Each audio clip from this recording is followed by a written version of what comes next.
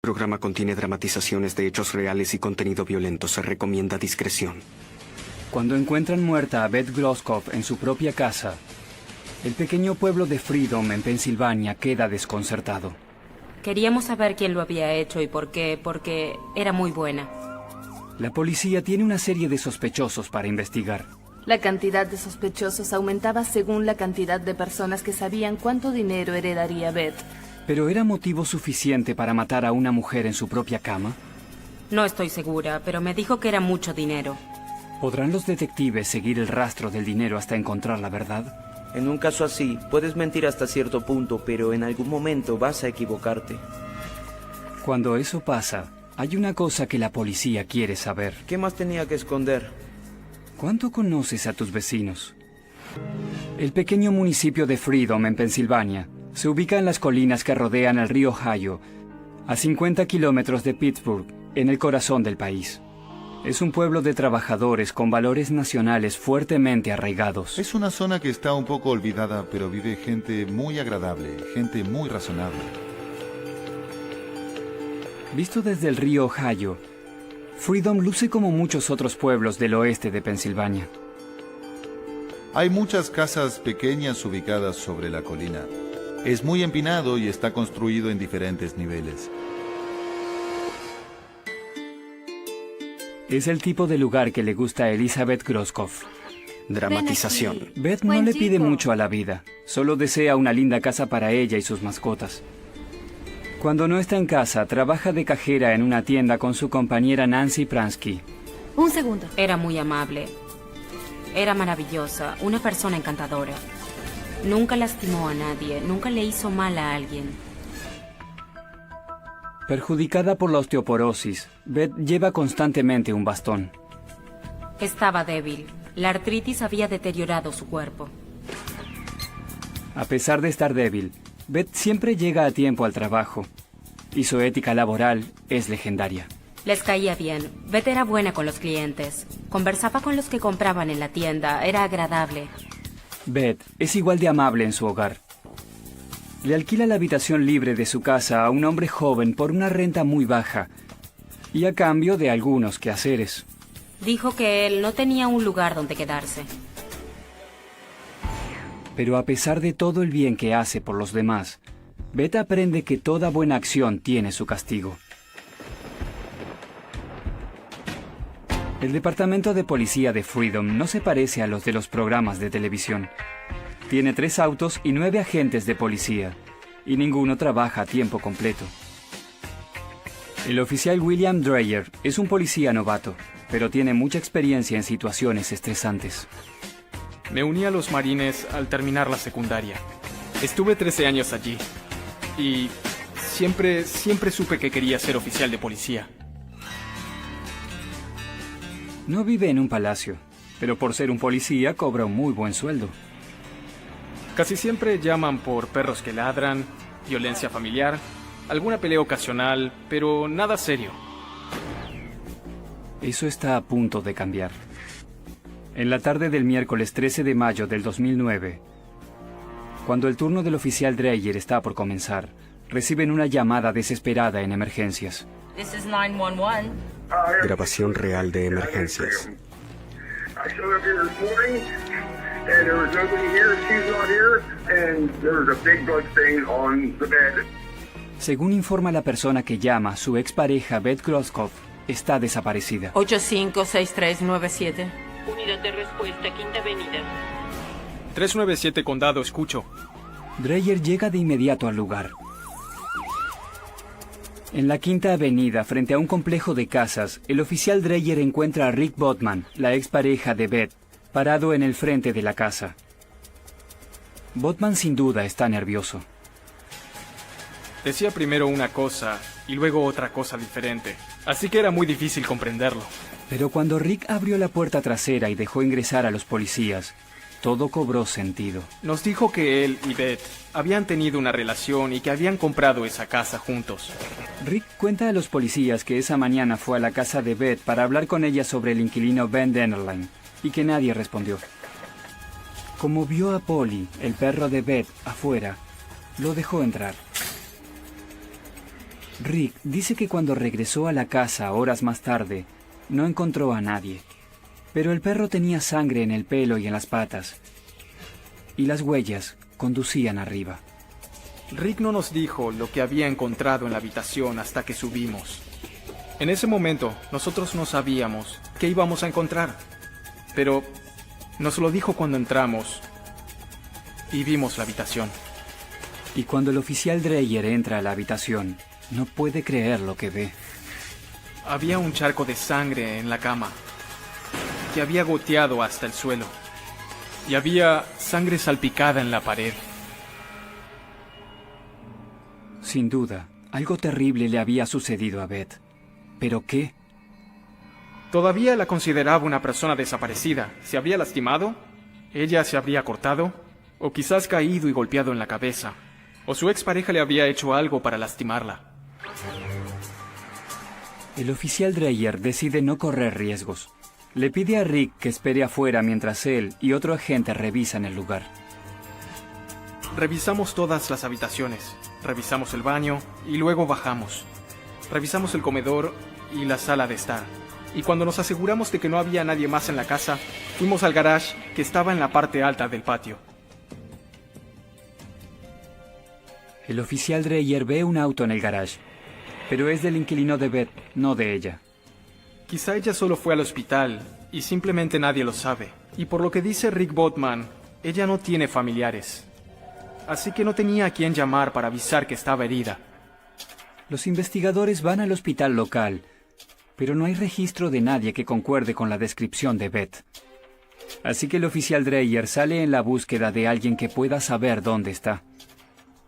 Llamé a la tienda para saber cuándo había sido la última vez que la habían visto, cuándo había trabajado por última vez. Me dijeron que la noche anterior había salido del trabajo a las 8 y que tendría que haber ido a trabajar ese día, pero que no había llegado. Rob Chamberlain es el detective del pequeño departamento de policía de Freedom. Es una buena elección. Nació y creció en este pueblo. Me gradué en la escuela secundaria de Freedom, así que estoy familiarizado con la comunidad. Cuando Chamberlain llega al lugar, 5 minutos después, reconoce a Rick Botman, que esperaba en la casa de su exnovia Beth. No lo conocía personalmente, no pasaba tiempo con él, pero lo conocía de la escuela, sabía cómo era él y qué tipo de gente frecuentaba. Pero no hay tiempo para reencuentros amistosos. El detective Chamberlain entra rápidamente en la casa y evalúa la habitación ensangrentada. También vigila a Rick Botman, quien entra y sale de la casa. Observo los movimientos del cuerpo, los distintos tonos de voz y trato de recordar todo, porque uno nunca sabe lo que será importante después. Decidido a averiguar qué le había sucedido a Beth, Chamberlain y sus hombres revisan cada centímetro de la casa. Una casa que nadie conoce mejor que Rick Botman. Entonces Rick nos llevó a una habitación extra y nos dijo que a través de la puerta se accedía al tercer piso. Y fue en esa habitación extra que pudimos encontrar un gran televisor que estaba bloqueando la puerta. Los investigadores creen que alguien ha estado ocultando el hecho. Y sospechando de Rick Botman, le piden que los espere en la estación de policía. Cuando se va, los policías corren ese viejo televisor a un lado. Cuando abrimos la puerta, encontramos ropa de cama, varios juegos de sábanas y, mezclado entre las sábanas, se podía ver que lo que asomaba era claramente la extremidad de un cuerpo humano. Parece que el detective Chamberlain tiene una investigación de asesinato en sus manos. Pero ¿quién habría querido asesinar a Elizabeth Groskopf? Parece que no van a tener que buscar mucho. Después de todo, el ex de Beth se ve muy sospechoso. ¿Por qué todavía tenía la llave?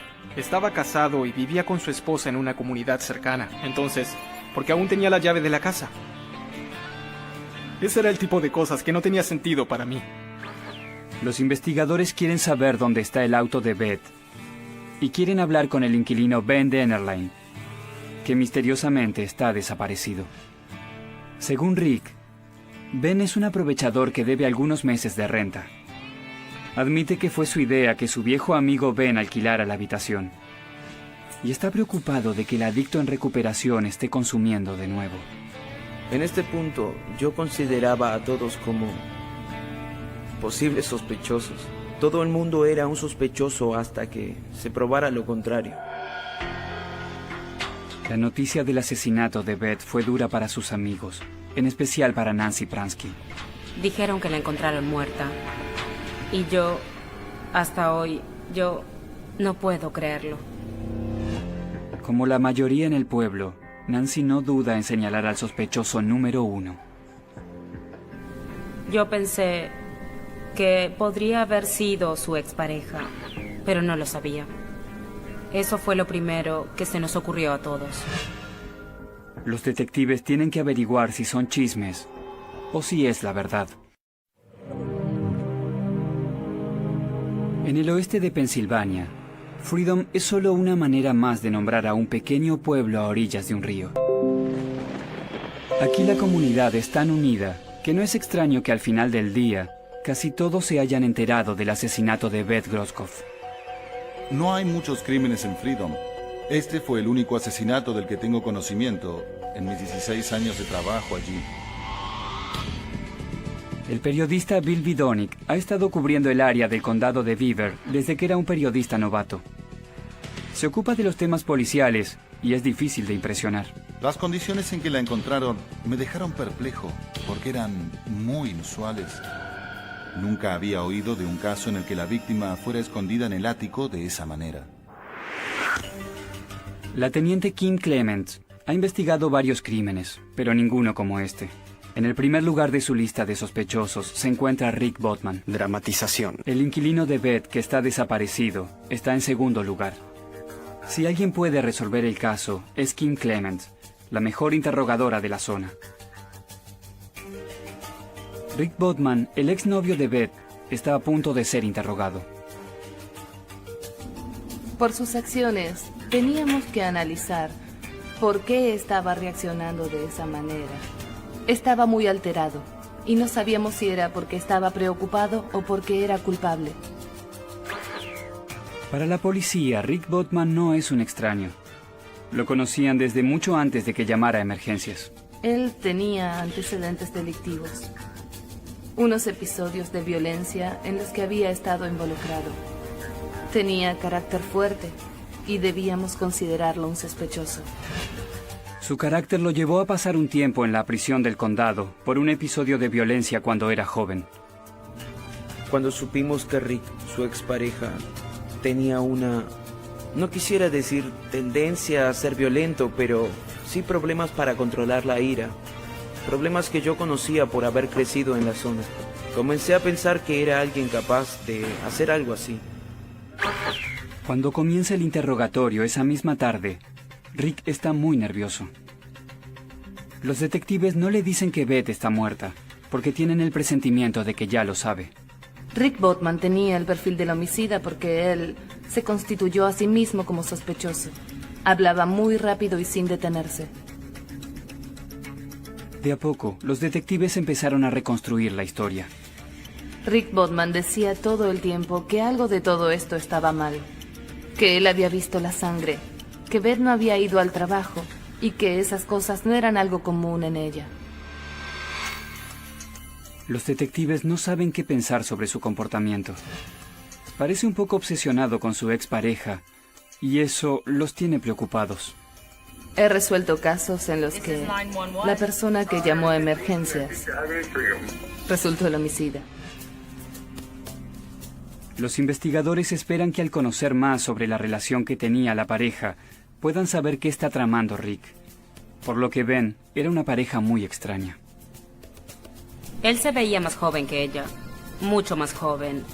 No se veía vieja, pero ella siempre decía que lo amaba. Cuanto más averiguan los detectives sobre Rick, más se preguntan qué vio Beth en él. Es el tipo de hombre que suele ir a bares y beber, que a veces participa en peleas y discusiones y cosas así, y que pasa la tarde jugando a los videojuegos.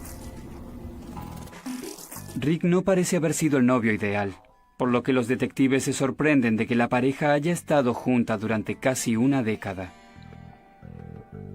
Pero hacía 2 años, Rick había dejado a Beth por otra mujer. Recuerdo que pensé, si amaba tanto a Beth, entonces ¿por qué la abandonó? ¿Por qué había elegido a otra persona? Y Rick no había dejado a Beth por cualquier mujer. La había dejado por alguien que ambos conocían. Alguien que Beth conocía al pasar, pero que sin duda Rick conocía mucho más. En algún punto se había formado una pareja y creo que eso nos generó preocupación. Y lo que descubren después convierte esa pequeña preocupación en un foco de interés. Resulta que Rick y su nueva pareja están recién casados, tienen deudas y su cuenta bancaria no es la ideal. Los investigadores encontraron un posible motivo. Nos enteramos de que Beth acababa de heredar $33,000 de la finca de su hermana. El dinero era de la venta de una propiedad que tenían en un lago y que se vendió. Y ella había depositado el cheque exactamente el viernes anterior a que la asesinaron. Y ese no es el único dinero asociado al nombre de Beth. Tenía un pequeño seguro de vida de $22,000. Cuando los detectives averiguan quién lo heredaría, empiezan a comprender los hechos. El beneficiario sería nada más y nada menos que Rick Botman. El hecho de que Rick Botman fuera el beneficiario del seguro de vida de Beth fue un llamado de atención, que por supuesto aumentó nuestras sospechas. Conocemos casos de homicidios por sumas menores a esas. Los investigadores deben averiguar si el dinero fue una coincidencia o si fue el motivo de Rick para matar a su ex. Cuando una de las personas más bondadosas de Freedom, Pensilvania, aparece muerta, los vecinos se sorprenden y comienzan a hablar del tema. Los investigadores se focalizan en la expareja de Beth horas después de encontrar el cuerpo. Y nadie, ni siquiera el periodista Bill Vidonic, se sorprende de que Rick Botman sea el sospechoso del homicidio.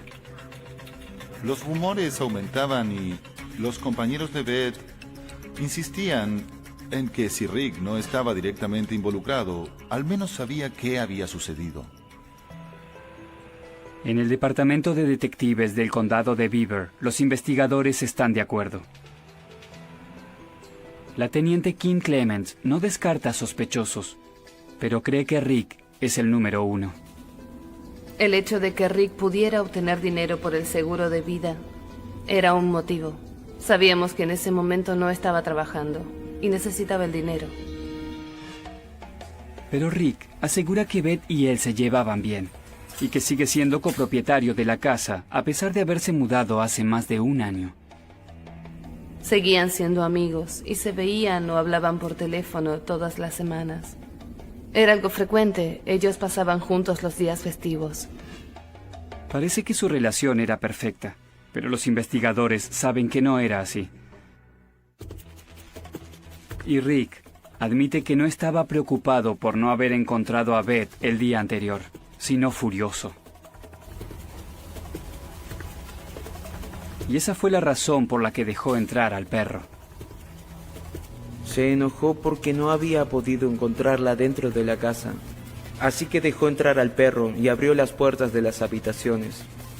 Él quería que el animal desordenara la casa mientras ella no estuviera. Parece que los detectives tienen razón sobre el carácter fuerte de Rick.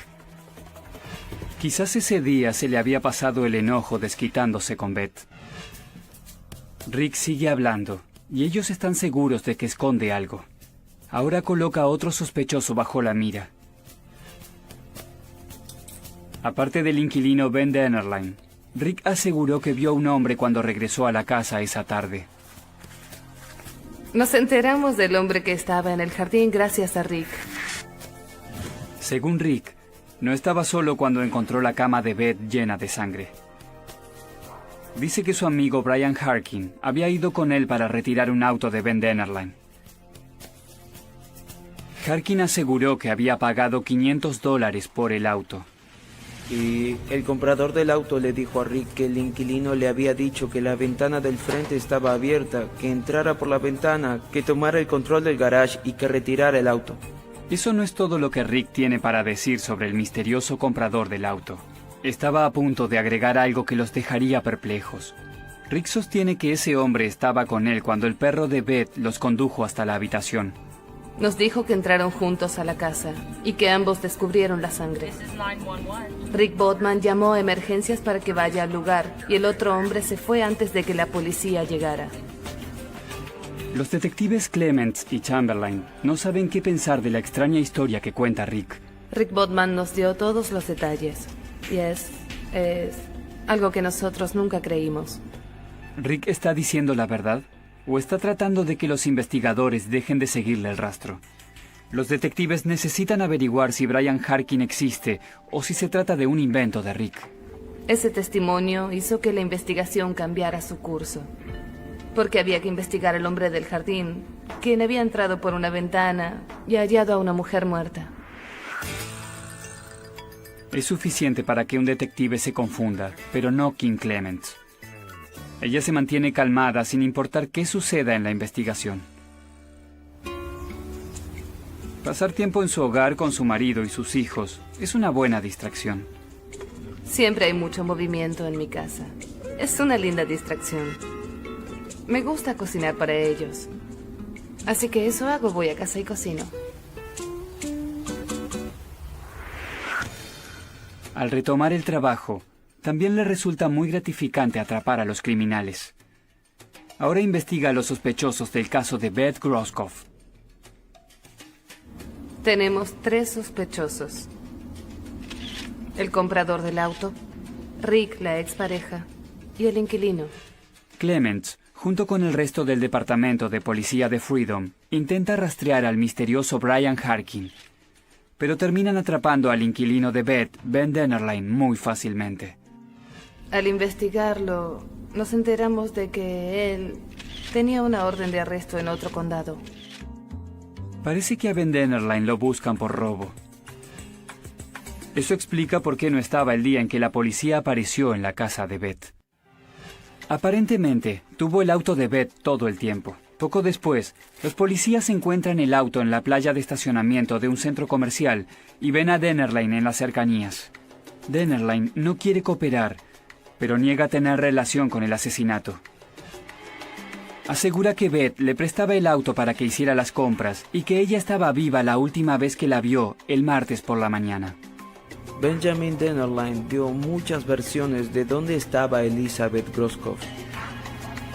Cuando habló con Rick Botman, Ben Dennerlein le dijo que la había llevado al trabajo, la había dejado allí y luego había ido a buscarla. La policía tendrá que corroborar otra historia, gracias al sospechoso número 2. Es por eso que yo estaba en allí. ese lugar. Lo bueno es que este hombre está esperando en una celda.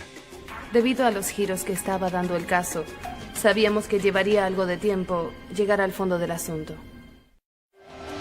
Los investigadores empiezan a unir las piezas del rompecabezas. Descubren que sí existe un hombre llamado Brian Harkin. Vive en la ciudad vecina de Mound Township. Al día siguiente interrogamos al comprador del auto. En ese momento se mostró muy cooperativo. Pero el hecho de que haya entrado por la ventana como lo hizo nos obligaba a interrogarlo. Brian confirma que ese miércoles a la tarde fue a la casa de Beth a retirar el auto de Ben Dennerlein y que se cruzó con Rick. Pero los detectives creen que no está diciendo todo. Nos dijo que había estado allí y que no se había podido llevar el auto, pero no dijo que él también estaba en la casa con Rick Botman antes de que llamara a emergencias. Suena sospechoso. ¿Está ocultando algo? Creemos que el arma utilizada fue probablemente un cuchillo de cocina. Si había estado en la cocina, de donde pudo tomar el arma, sus huellas y su ADN estaban en la casa. Brian Harkin jura que no había nadie en la casa cuando fue a buscar el auto. Pero si no tiene nada que ocultar, ¿por qué escapó? Le preguntamos por qué no se quedó hasta que llegara la policía y nos dijo que no le gusta estar entre oficiales de policía. ¿Y no? Eso no lo sé. Eso nos pareció muy raro, era muy extraño y nos dio la pauta de que él estaba ocultando algo. seguramente porque ya había sido arrestado, al igual que los otros 2 sospechosos. El señor Harkin está en libertad condicional por haber recibido propiedad robada. Quizás por ese motivo estaba dentro de la casa, y Beth llegó en el momento justo. Bueno, el comprador del auto se convirtió en un sujeto de interés. Ya nos había mentido. ¿Qué más tenía que esconder? Así es como, en menos de 24 horas, tenían 3 sospechosos. Parece ser el día de suerte del detective Chamberlain. Rick conocía al comprador del auto. Ambos conocían al inquilino. Y además, los 3 conocían a Beth. Con el inquilino encarcelado y el interrogatorio de Rick terminado, los detectives se concentran en el último sospechoso, Brian Harkin. Quizás sí fue a la casa para comprar el auto, pero los investigadores dudan del mal momento en que lo hizo. Estaba claro. Nos hizo pensar que podía ser un sospechoso porque entró por la ventana de una casa en la que encontramos una mujer muerta. ¿Brian realmente estaba buscando el control remoto del garage en la cocina o tenía un cuchillo en sus manos? Creemos que el arma utilizada en el asesinato fue un cuchillo, posiblemente un cuchillo de cocina. Había un cuchillo en la sala de estar y había otro en el lavaplatos al llegar al lugar. A pesar de las sospechas, Brian asegura no estar relacionado con la muerte de Beth, pero los detectives aún tienen más preguntas. Si se disponía a comprar el auto de Ben Dennerlein, ¿por qué comenzó a hablar con Rick Botman? El comprador conocía lo suficiente a Rick como para pedirle que sacara el auto del garage. Creo que había un tipo de relación amistosa entre ellos. Al menos se conocían. ¿Era una amistad inocente o algo más siniestro? ¿Estaban complotados para algo o estaban tratando de llevar a cabo un plan? Justo cuando los detectives no saben qué creer, el señor Harkin provee una coartada sólida, que la señora Harkin corrobora de inmediato. Ella afirma que estuvo estacionada frente a la casa de Beth mientras su marido estuvo dentro. Claramente, cuando compras un vehículo no puedes ir conduciendo uno y regresar con 2.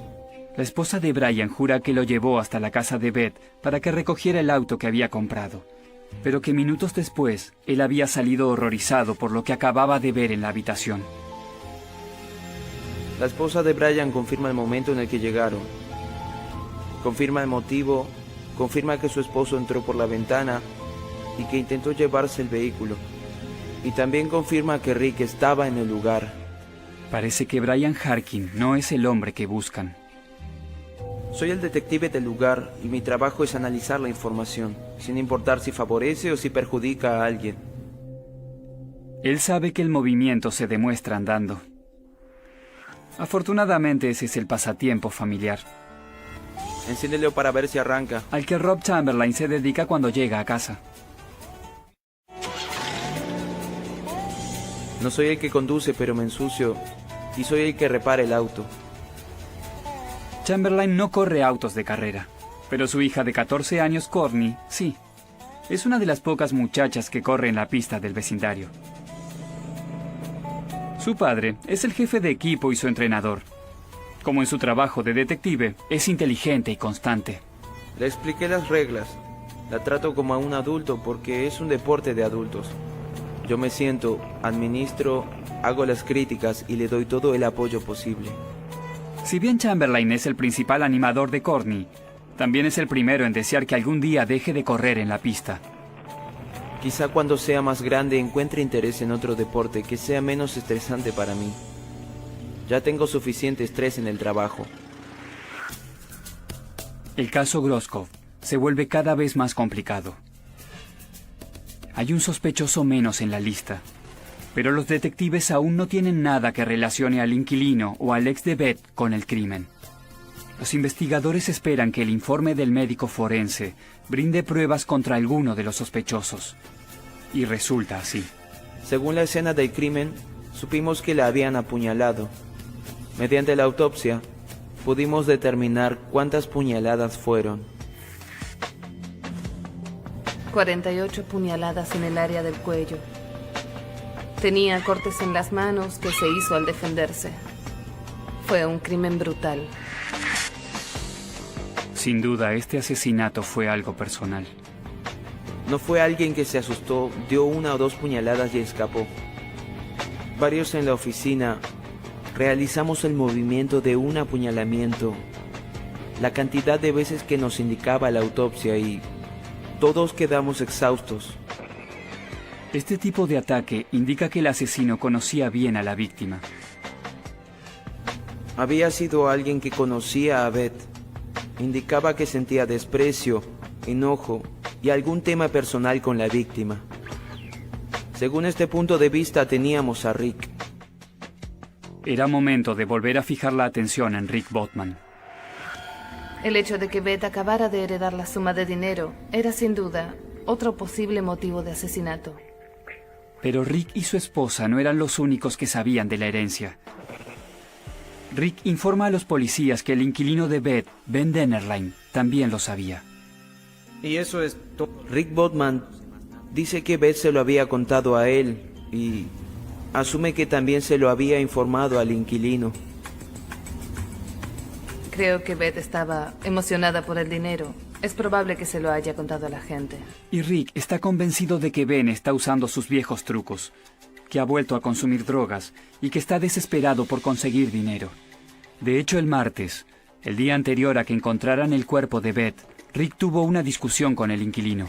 Rick fue a la casa de Beth y enfrentó a Ben por consumir drogas en la casa. Y por ese motivo quería que se fuera de allí. Rick dijo que Ben estaba sudando, estaba comiendo patatas fritas allí parado, temblando. Dijo que él había visto personas consumir droga y que al preguntarle, Ben le dijo que lo había hecho, y por esto comenzaron a discutir.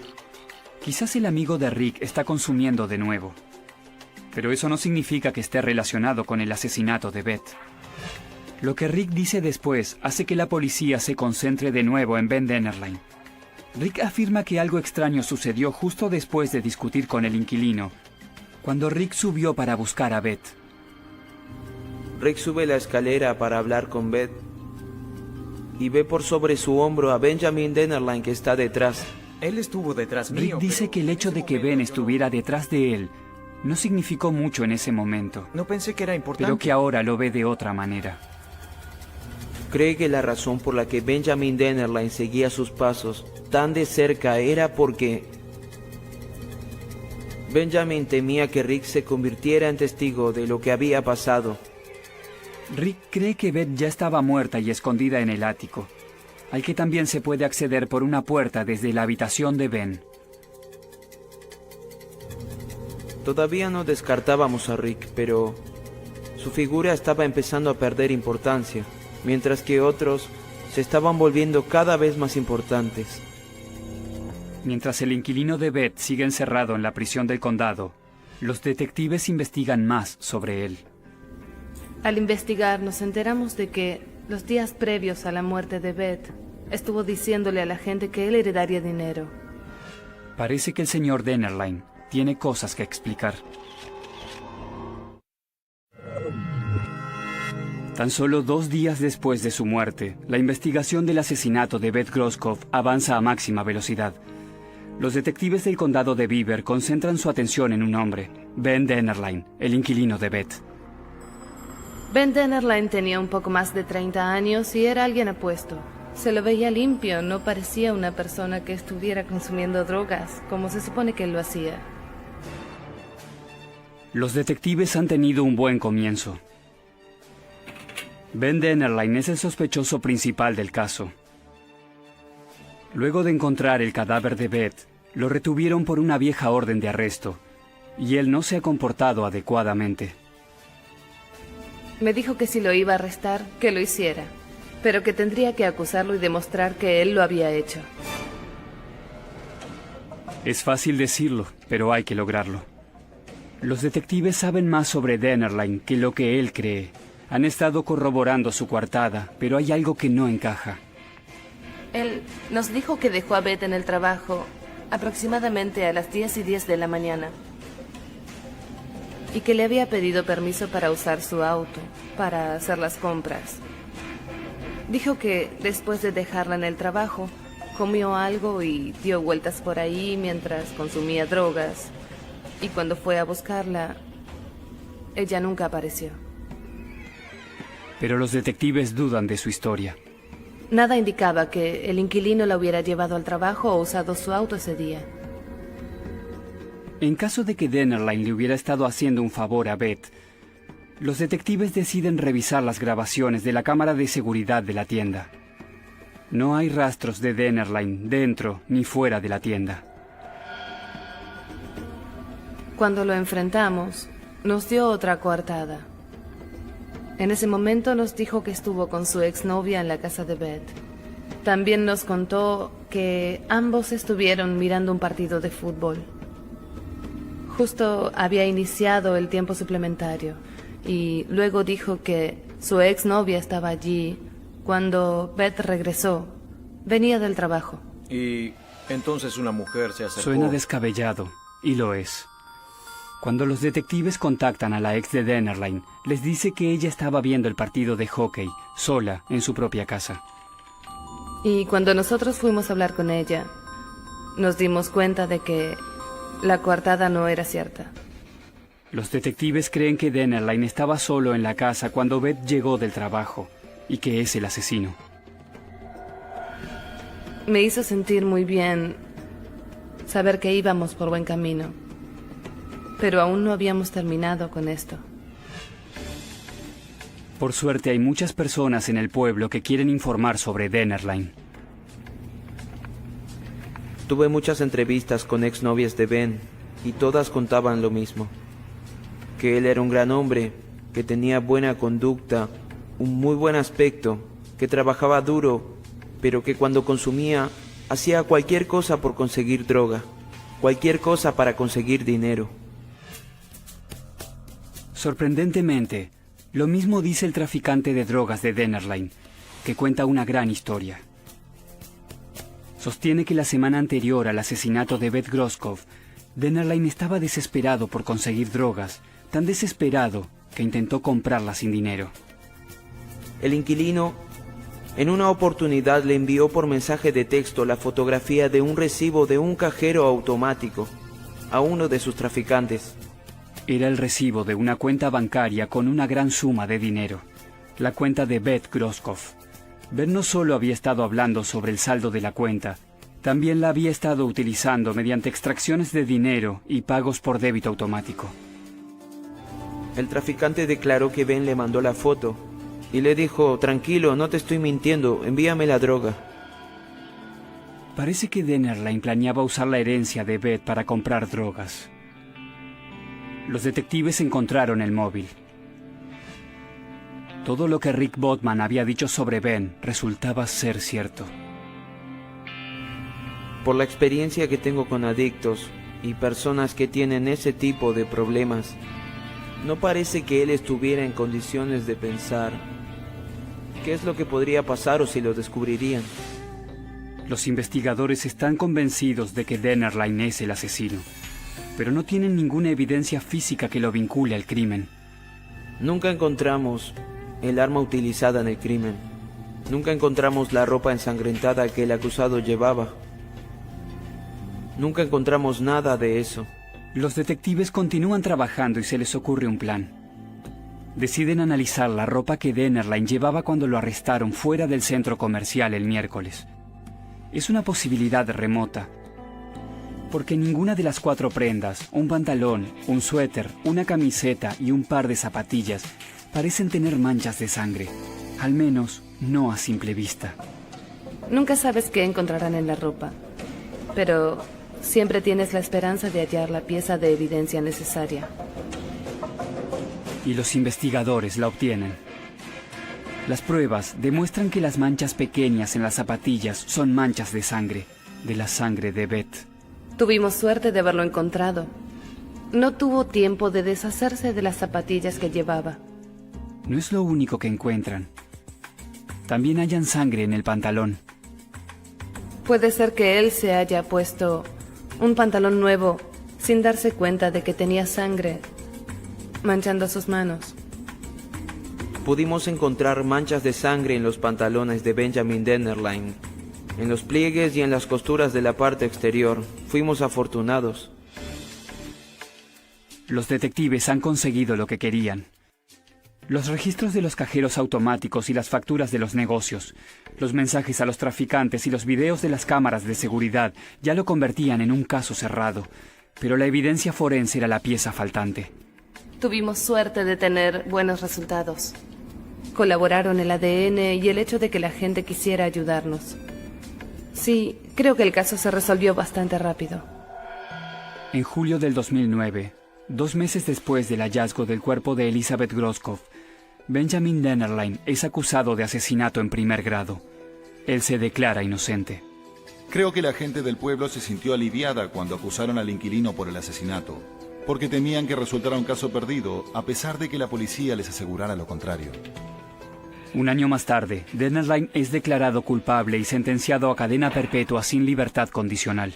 El resultado del juicio es impredecible, así que estuvimos muy contentos con el veredicto, ya que habíamos podido hacer justicia.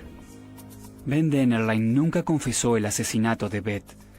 Esto es lo que los detectives creen que sucedió la noche de ese lunes de mayo del 2009.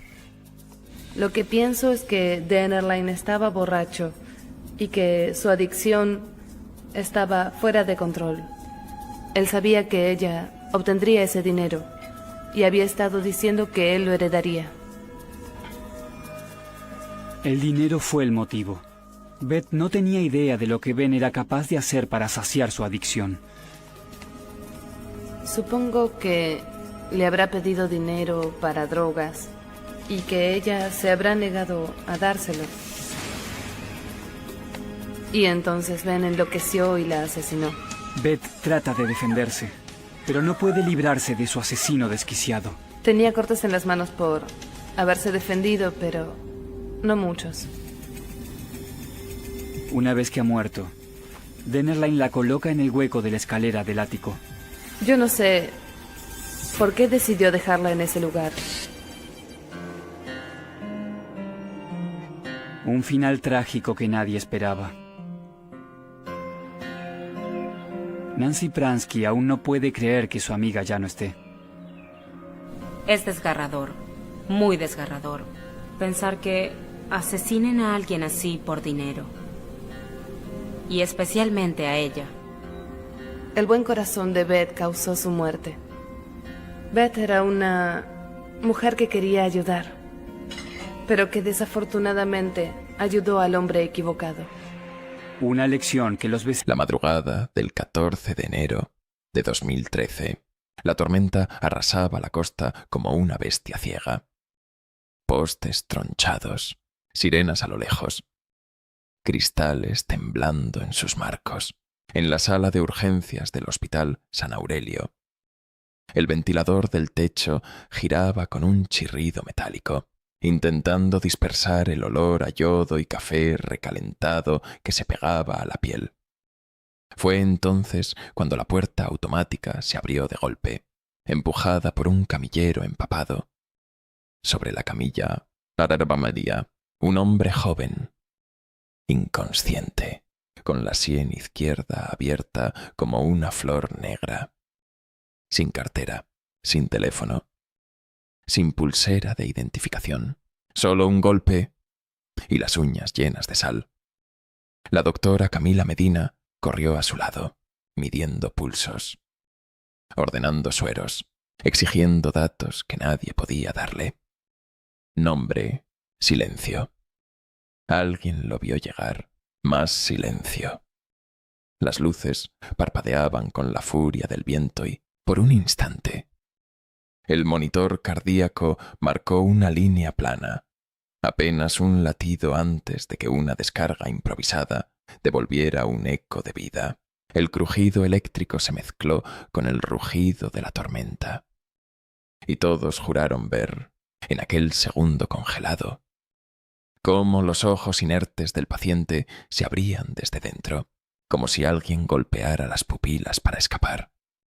Horas después, en la unidad de cuidados intensivos, el silencio cayó como una sábana húmeda. El hombre respiraba con ayuda de un ventilador. El cráneo vendado, la piel tan pálida, que parecía disolverse en la bata blanca. Nadie reclamó su presencia. Nadie preguntó por él. El parte policial del accidente describía probable caída de un muelle, pero ni el servicio de guardacostas ni la policía portuaria tenían registrado rescate alguno. Solo una llamada anónima, la voz distorsionada por la lluvia. Hay un hombre sangrando junto al kilómetro 3 de la bahía, frente al faro. Creo que no va a llegar. 10 días más tarde, abrió los ojos.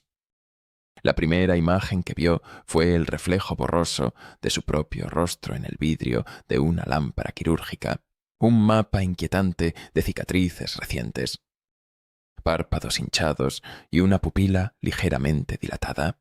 Intentó hablar, pero su lengua era un ancla dentro de una boca que ya no reconocía. Camila se acercó, sosteniendo una tabla con formularios en blanco. «Tranquilo», susurró.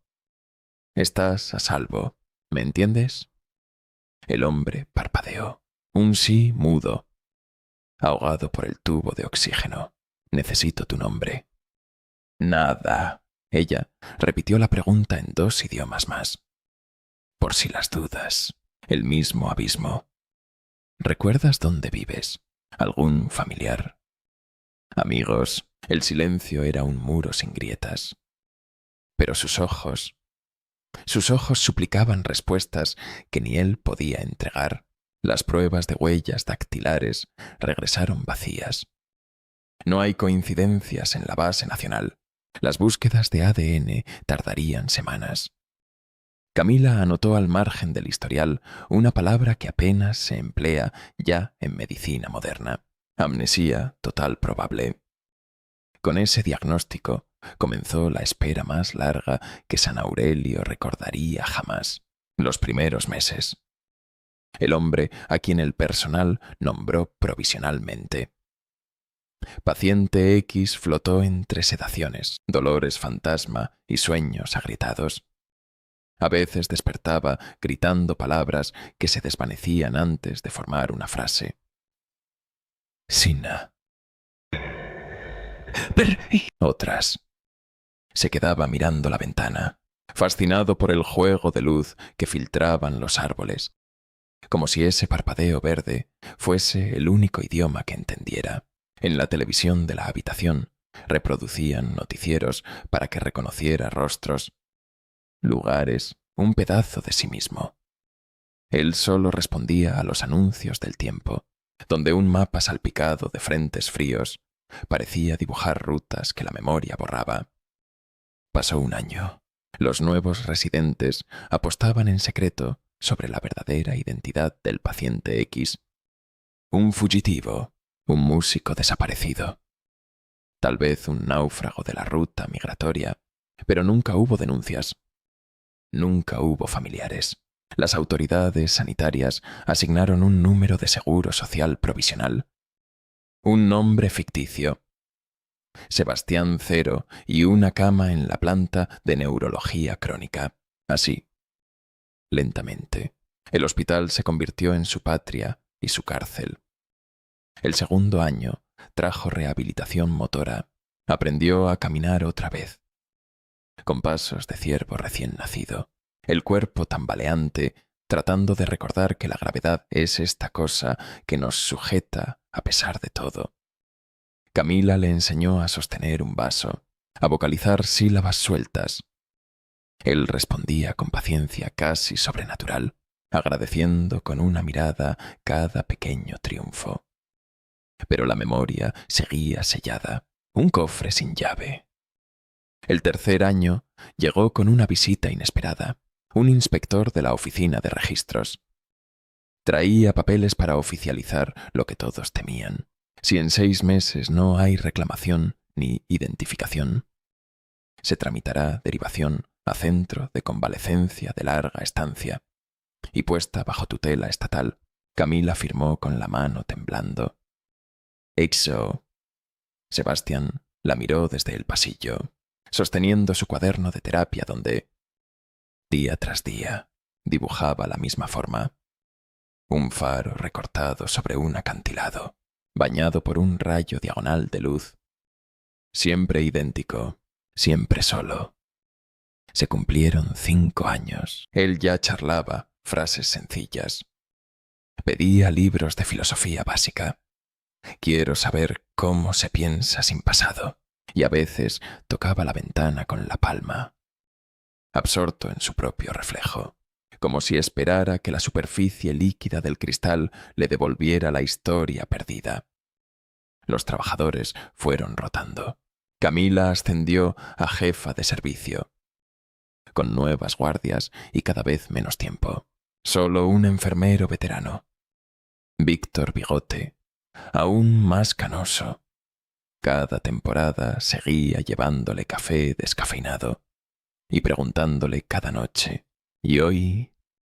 ¿Algún recuerdo? Él respondía casi siempre igual, moviendo la cabeza despacio. Solo el faro y la tormenta. El 9º año trajo una reforma de archivos digital. Miles de historiales antiguos se traspasaban a un sistema nuevo y, en esa migración, ocurrió algo que nadie advirtió de inmediato. El expediente 00200X apareció como vacío. Las páginas digitales se borraron. Su nombre ficticio volvió a ser una cadena de ceros, y cuando Camila intentó restituir los datos, el sistema arrojó un mensaje de error que nadie supo resolver. Identidad inexistente. El registro no pertenece a ningún vivo. En la reunión de dirección se decidió lo impensable. Dado que el paciente no existe en ningún registro, el hospital ya no puede facturar su estancia. Legalmente es un fantasma. Hay que transferirlo o darle el alta social. La voz del gerente retumbó como un mazo de juez. Camila protestó. Víctor amenazó con renunciar, pero las órdenes llegaron de más arriba. 12 meses para regularizarlo o deberá abandonar las instalaciones. Año 12. Enero de 2025. Una mañana fría, luminosa, sin tormenta a la vista. Camila encontró la habitación 312 vacía, la cama hecha, la mesita ordenada, el cuaderno de los faros cerrado sobre la almohada. Dentro, una sola frase escrita con caligrafía nueva. Firme, como si la práctica de un lustro se hubiera aliado con un recuerdo súbito. Gracias por sostenerme el tiempo suficiente para volver a caer. En recepción no había firmas de salida, ni registros de alta, ni cámaras que mostraran a un hombre cruzando el vestíbulo.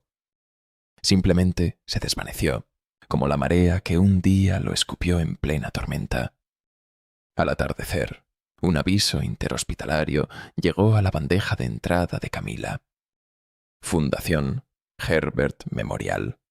Consulta de identificación. Ha ingresado un varón sin documentación con contusión reciente. Amnesia parcial. Hallado esta mañana en la base del faro de San Esteban. Edad aproximada, 34 años. Signos vitales, estables. Pronunció una sola palabra antes de perder el conocimiento. Regresé. Camila dejó caer la taza. El líquido se derramó como un hilo oscuro sobre el suelo. El faro de San Esteban estaba a casi 500 kilómetros al norte.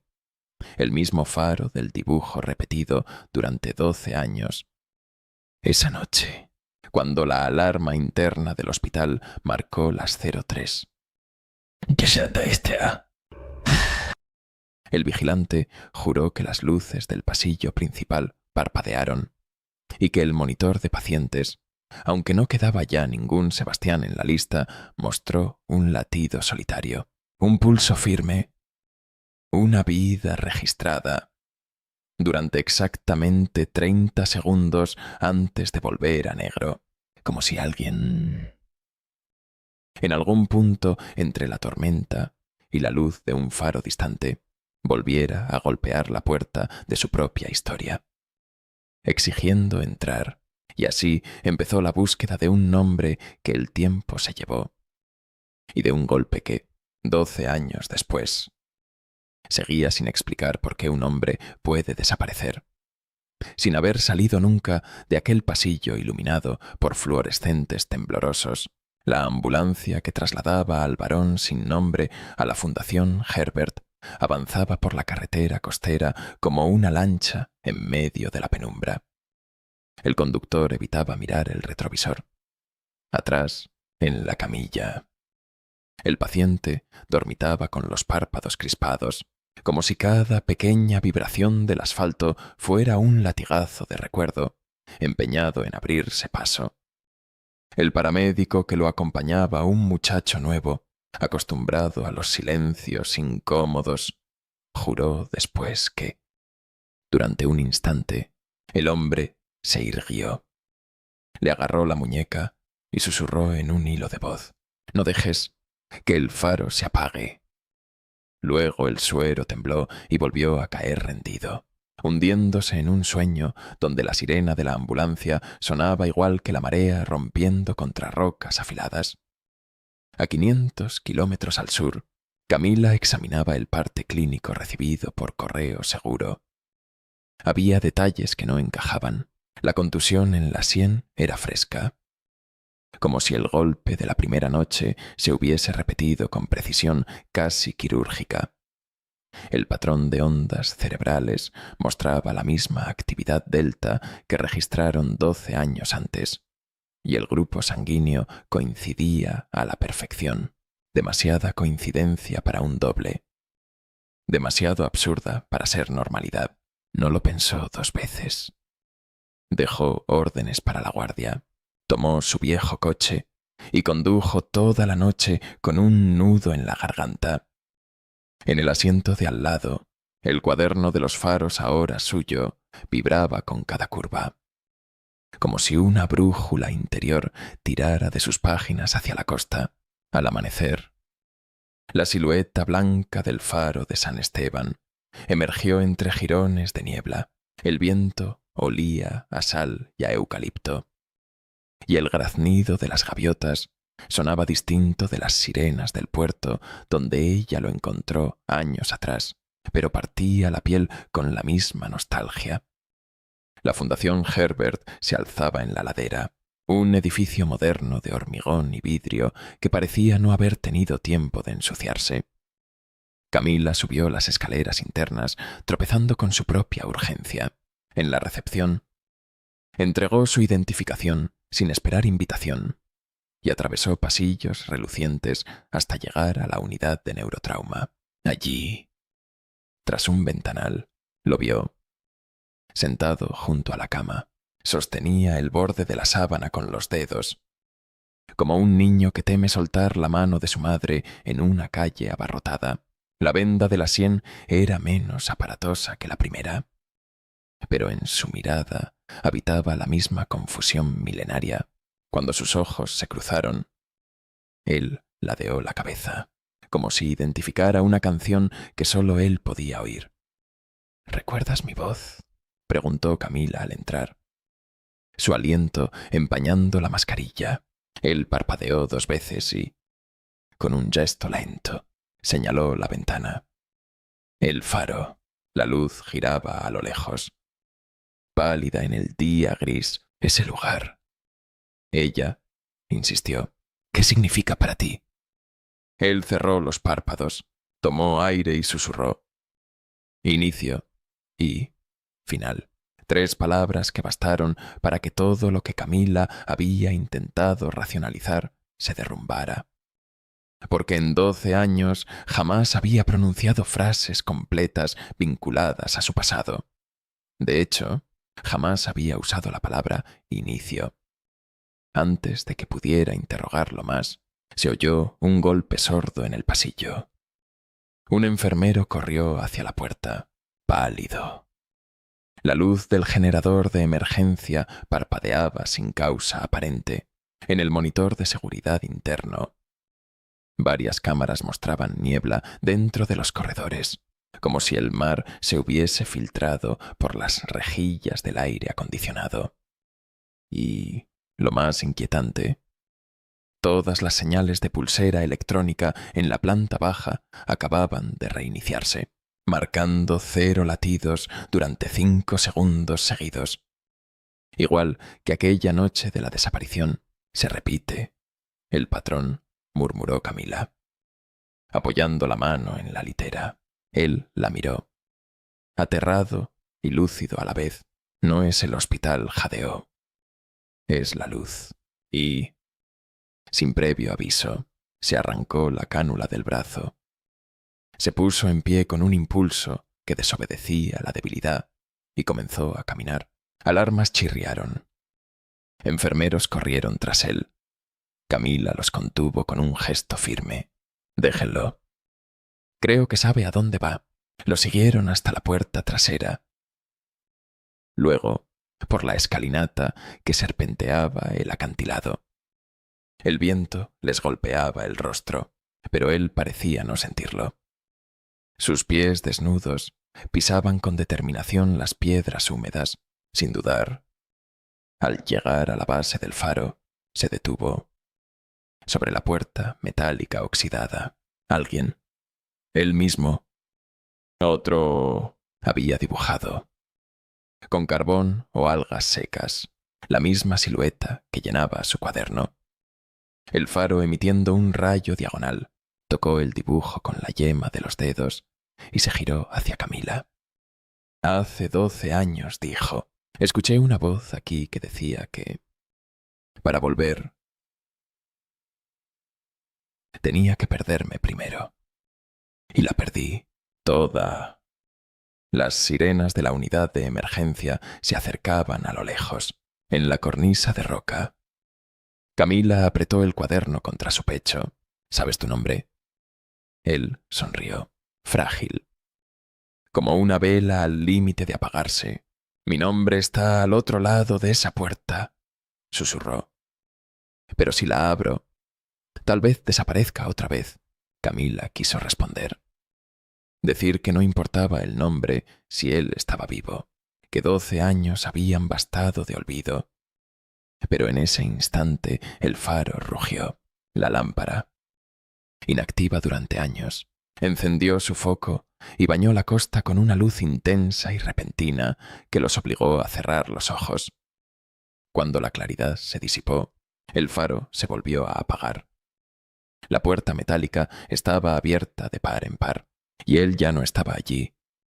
Solo el cuaderno, caído sobre la piedra salpicada de espuma. Camila lo abrió con manos temblorosas. Ya no había dibujos de faros. Solo una frase, escrita con letra firme. Reciente, recuerdo. Ahora búscame donde empezó el golpe, detrás de la página. Una dirección manuscrita, kilómetro 3 de la bahía. Frente al viejo muelle, el mismo lugar donde lo habían encontrado la primera noche. Y el eco de la sirena volvió a sonar, como si el tiempo se hubiera enroscado sobre sí mismo. Dispuesto a repetir la historia, o, por fin, a cerrarla, Camila levantó la vista hacia la cima del faro. Entre el cristal resquebrajado, creyó distinguir una silueta. Tal vez él, tal vez un reflejo, tal vez la sombra de la memoria que, después de 12 años, seguía buscando un cuerpo donde habitar, sin perderse de nuevo en la luz giratoria que todo lo devora.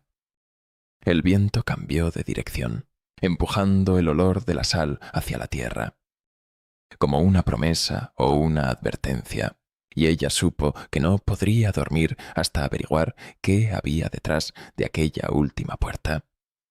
Por más que la historia insistiera en repetirse, golpe tras golpe, borrando nombres y dejando solo el fulgor intermitente de un faro que no pertenecía del todo a este mundo.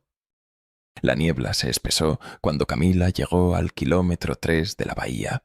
El viejo muelle era poco más que un esqueleto de tablones arrancados y clavos oxidados. Desafiando al mar con la obstinación de quien ha visto demasiadas tormentas para temer otra más. El faro quedaba a su espalda. Un coloso apagado. Delante, el rumor de las olas golpeando la escollera sonaba igual que aquella noche en que lo encontraron por primera vez. Todo estaba dispuesto para que el pasado reclamara su lugar. La linterna de Camila cortaba la bruma en haces temblorosos.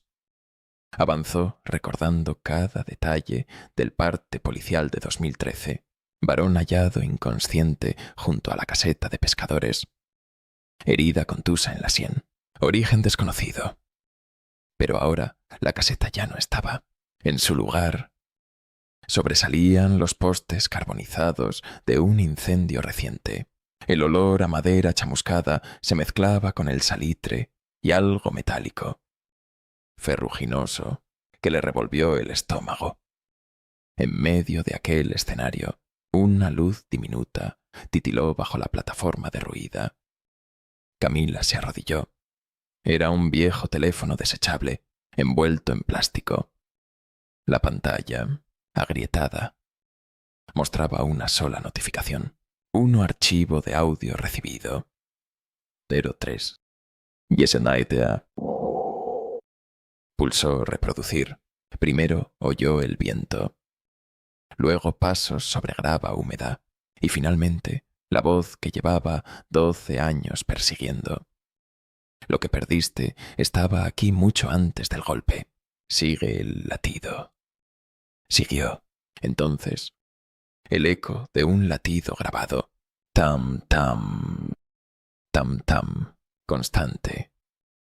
Hipnótico, como un metrónomo sanguíneo que marcara la cadencia exacta entre dos tiempos. Después, silencio. La grabación había durado 32 segundos. Los mismos 32 que su monitor cardíaco marcó en 0 la noche anterior. Un relámpago rasgó el cielo y reveló, junto al agua, algo que parecía una cuerda. Camila iluminó mejor.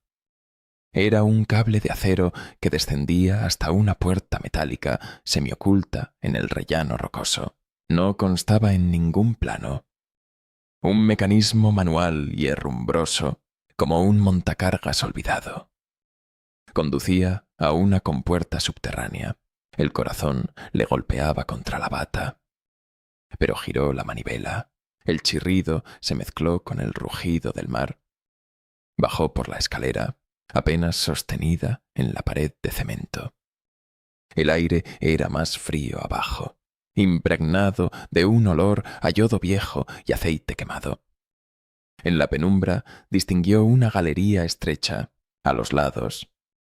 Fichas de hospital clavadas en corchos húmedos, gráficos de ritmo cardíaco.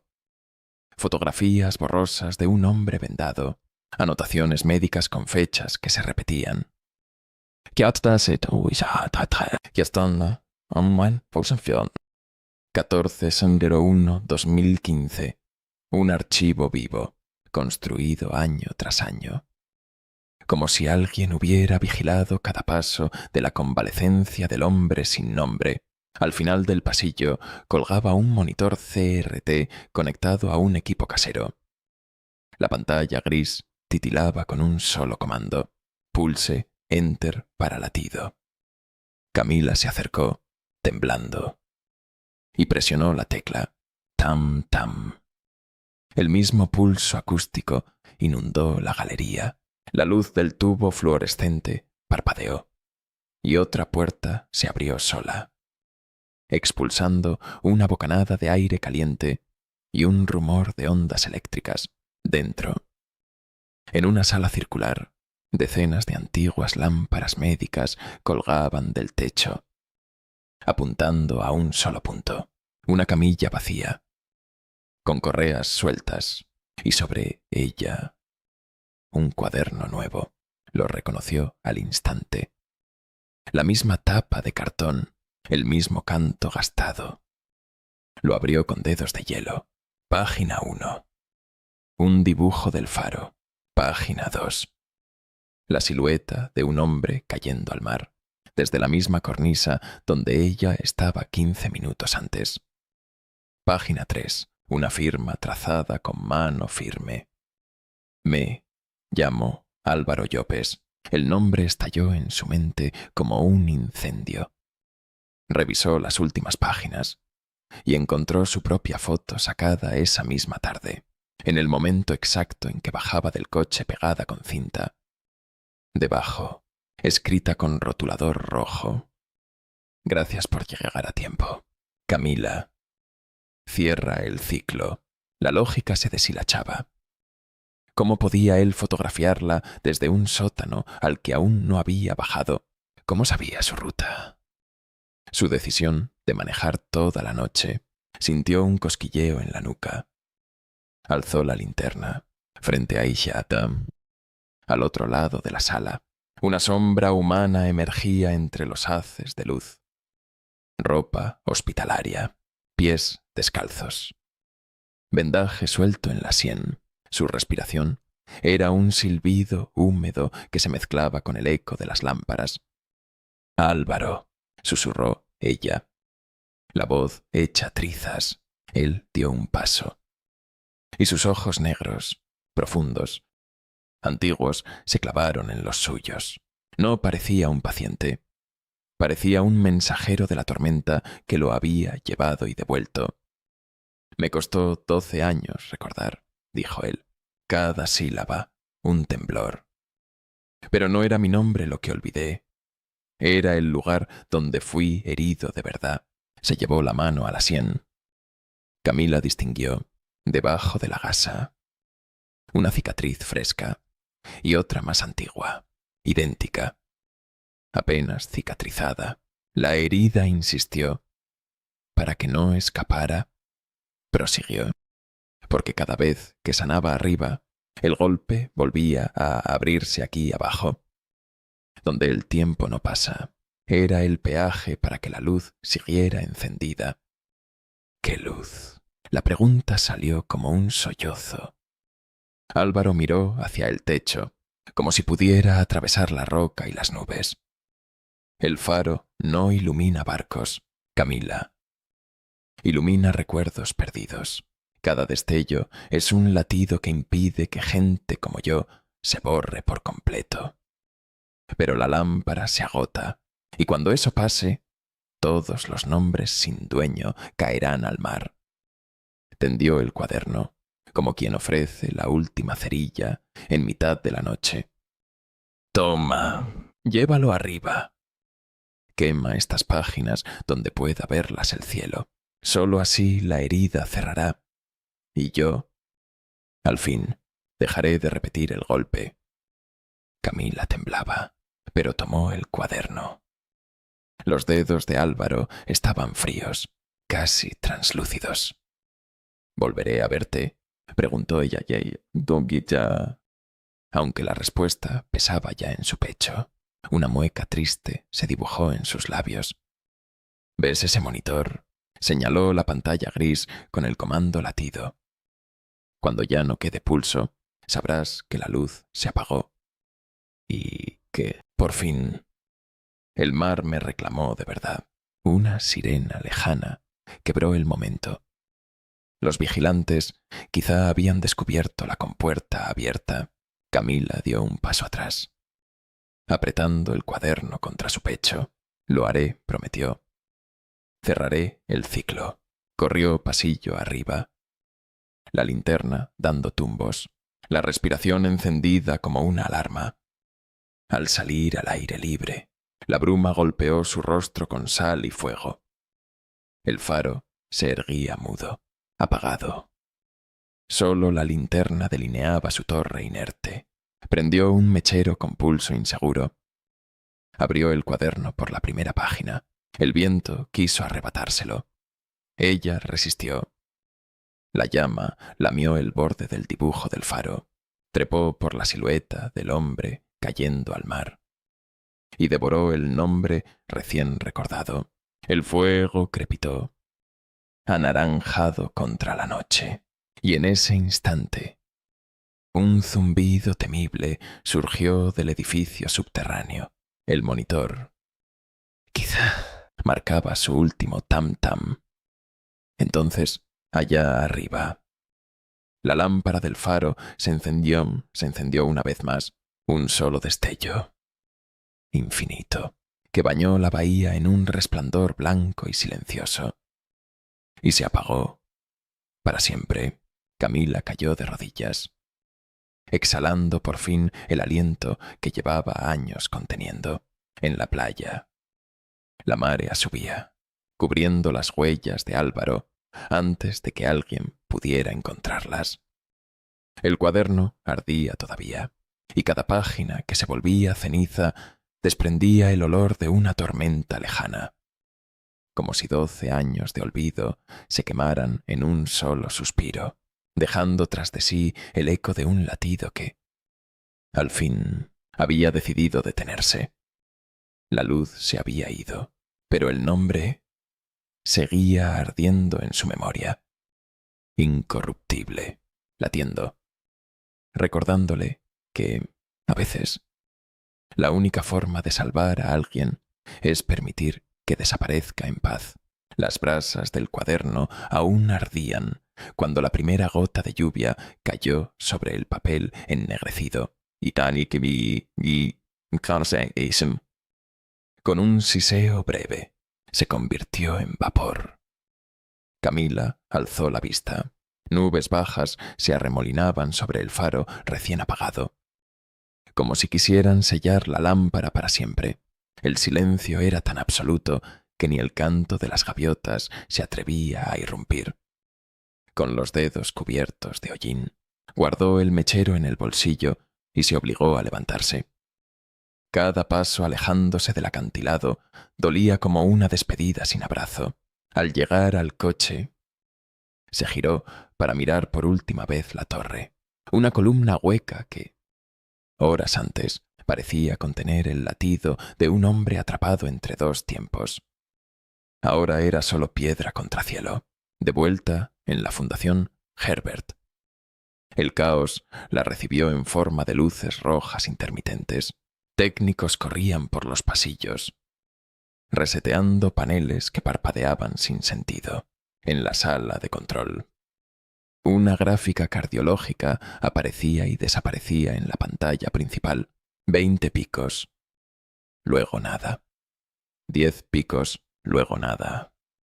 A cada intento de estabilizar el sistema, la computadora devolvía el mismo mensaje. Sin latido asignado. ¿Qué sucede?, preguntó Camila, ahogada de cansancio. Las pulseras de todos los pacientes marcaron 0 durante unos segundos, explicó un bioingeniero. Es imposible. Tenemos generadores redundantes. Pero el pulso desapareció, como si nadie estuviera vivo. Camila tragó saliva. El destello del faro, el último tam-tam del monitor. La chispa final en el cuaderno. Todo había sido un mismo relámpago apagando relojes. Se abrió paso a codazos hasta la habitación donde, horas antes, Álvaro Llopes había permanecido sedado. La cama estaba hecha. Sábanas limpias, ni un rastro de su ropa ni del vendaje. Encima de la almohada, una carpeta clínica vacía, hojas arrancadas, clips retorcidos y, apoyado sobre ella, el grabador portátil que los terapistas usaban para registrar sus progresos. Pulsó play. Solo viento, viento y el chapoteo del mar. Luego su propia voz, temblando, quizá grabada en secreto, mientras ella se alejaba por la galería. «Lo haré. Cerraré el ciclo». Titieta. Silencio. Al final, la voz de Álvaro.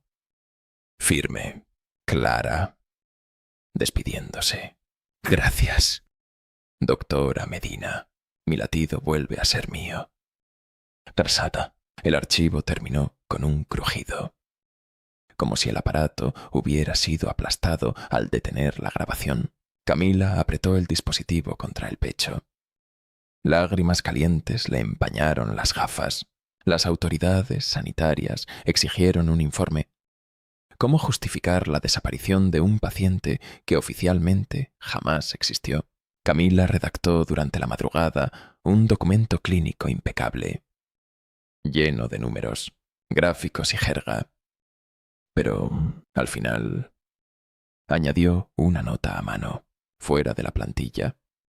Hay heridas que son más antiguas que los cuerpos que las llevan, y hay curaciones que requieren desaparecer sin dejar historia. Firmó, selló y envió. Pasaron semanas. El caso se diluyó en la burocracia. El faro continuaba apagado, y los pescadores contaban que el mar estaba más calmo, como si le hubieran quitado un peso invisible. Las noches, sin aquella luz, resultaban extrañamente oscuras. Pero ninguna embarcación encalló, ningún barco se perdió. Era como si la lámpara hubiera cumplido una función que ya no hacía falta. Un sábado al alba, Camila condujo hasta el mercado del puerto para comprar café recién tostado, intentando volver a rutinas pequeñas. En el aparcamiento encontró un sobre marrón sujeto bajo el limpiaparabrisas. Dentro, una única radiografía, un cráneo humano con 2 líneas de fractura, perfectamente superpuestas, una reciente, otra vieja, unidas por una delgada grapa de titanio. En la esquina inferior, escrito con rotulador azul: golpe cerrado. No había remitente. Pero ella entendió. Álvaro, en algún lugar lejos del faro, vivía con su nombre suturado al hueso y la memoria reparada. Ya no necesitaba una lámpara que lo sostuviera ni un latido prestado. Aquella noche, Camila caminó por los pasillos de San Aurelio. Cada puerta cerrada guardaba un rostro, un pulso, un posible olvido. Se detuvo frente a la sala de UCI, levantó la vista hacia los monitores y escuchó su repiqueteo regular. Tam, tam, tam, tam. Cada sonido era un faro diminuto, una promesa de que, mientras el latido persistiera, ninguna historia quedaría atrapada en la penumbra. Se sintió, por primera vez en años, ligera.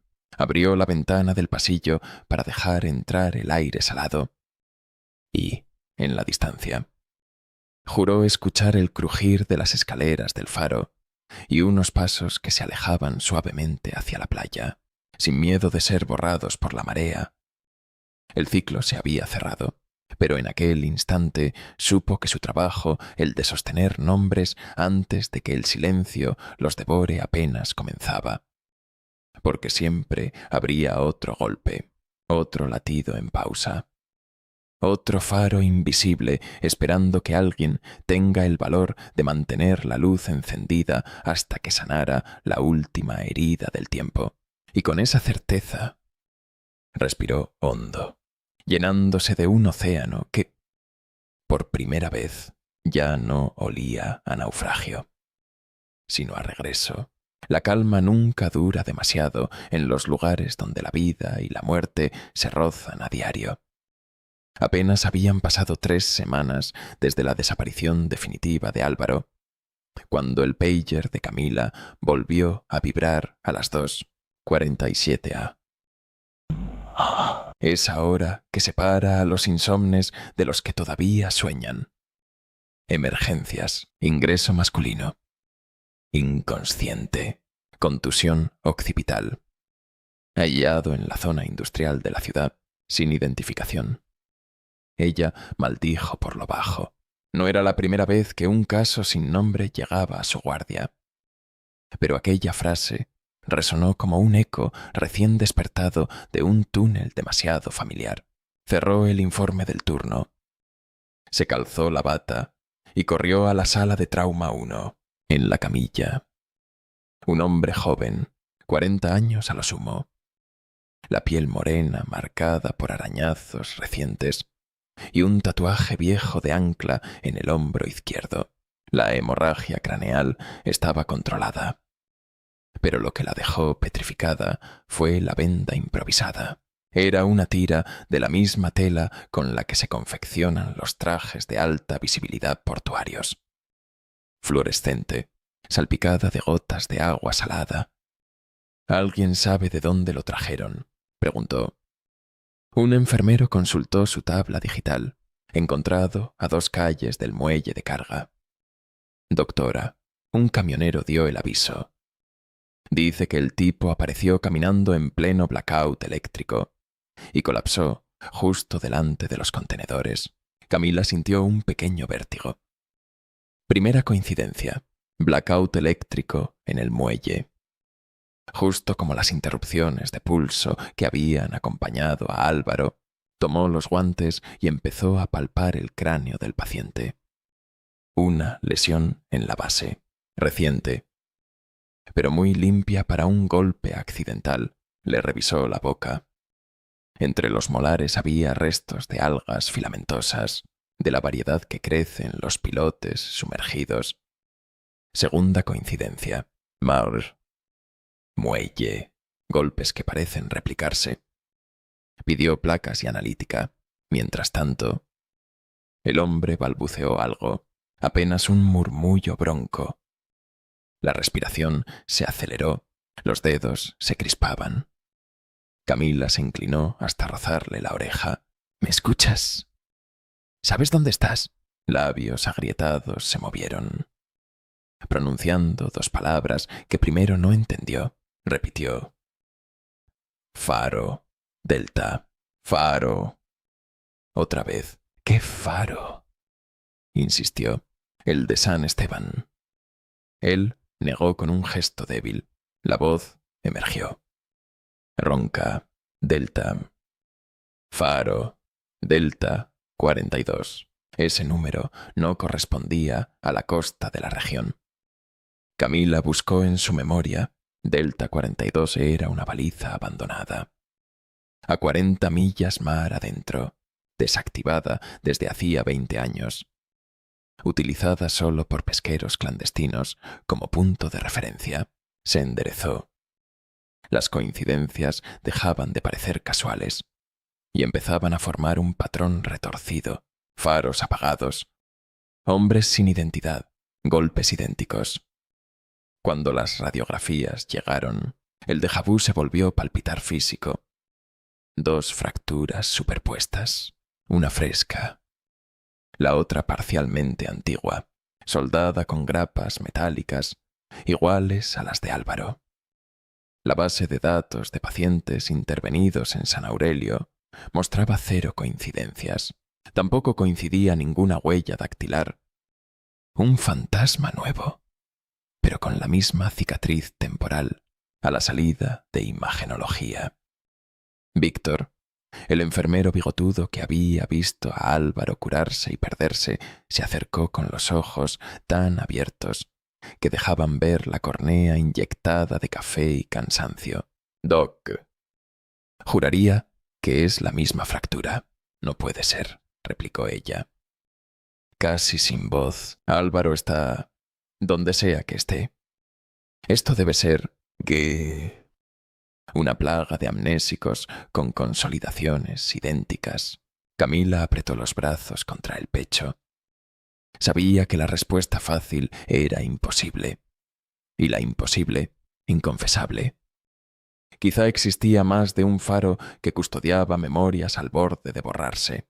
Quizá lo de Álvaro no era un caso único, sino la puerta de una red de lugares en los que el tiempo se hacía ovillo y devolvía a la orilla a quienes quedaban en el limbo del olvido. Un cosquilleo le recorrió las vértebras. Víctor, necesito un favor. Diga. Revisa los historiales de ingresos sin nombre de la última década. Filtra por fractura occipital doble y rastros de agua salada en pulmones o vía aérea. Luego cruza con apagones eléctricos o fallas de pulso masivas esa misma noche. Hazlo fuera del sistema principal. Que nadie sepa. El enfermero asintió, aunque la intriga le nublaba los ojos. Horas más tarde, Víctor llegó con un expediente improvisado. 7 casos, 7 hombres con lesiones análogas, ingresados en hospitales distintos de la costa a lo largo de 12 años. Ninguno identificado, todos trasladados a centros de convalecencia remotos y misescuscado. A los pocos años, declarados fuga voluntaria o alta social sin seguimiento. Camila pasó las páginas una a una. Sentía el pulso en las sienes. El estómago encogido. Mira la columna. Lugar hallazgo, susurró Víctor. Cada registro tenía unas siglas. F de Dandayun, F Delta 38, F se finde. Farolos, balizas, torres de señal marítima oxidadas, muchas de ellas fuera de servicio. El mar no estaba abandonando náufragos, estaba exhalando vidas en pausa. Latidos errantes. Es un patrón, murmuró Camila. Alguien o algo los contiene hasta que tragó saliva, hasta que la lámpara se queda sin combustible y los devuelve al mundo. ¿Pero por qué? Víctor alzó la vista, pálido. ¿Y si no es alguien? ¿Y si es el propio mar alimentándose de quienes el mundo olvida? Los retiene, los cura. Y cuando la memoria ya no cabe, los arroja de nuevo para que seamos nosotros quienes decidamos si existen. Camila hubiera soltado una carcajada si no sintiera un frío atravesarle los huesos. Aquella especie de mitología oceánica tenía una resonancia amarga. La sociedad había dejado que esos hombres se convirtieran en seres sin pasado. Y solo un mecanismo antiguo arquitectónico, natural o sobrenatural, los había guardado en cuarentena. El hombre del tatuaje despertó la segunda noche. Camila estaba sentada a su lado, lista con un cuaderno nuevo. ¿Recuerdas tu nombre? Sus ojos castaños vagaron por la habitación. La voz salió deslavada. Creo que era Damián, apellido. Arrugó la frente. Un relámpago de dolor recorrió sus facciones. Camila sujetó su mano. No pasa nada, susurró. Empecemos por lo que sí recuerdas. El agua, demasiado fría. Luces que giran y una palabra. Respiró hondo Delta.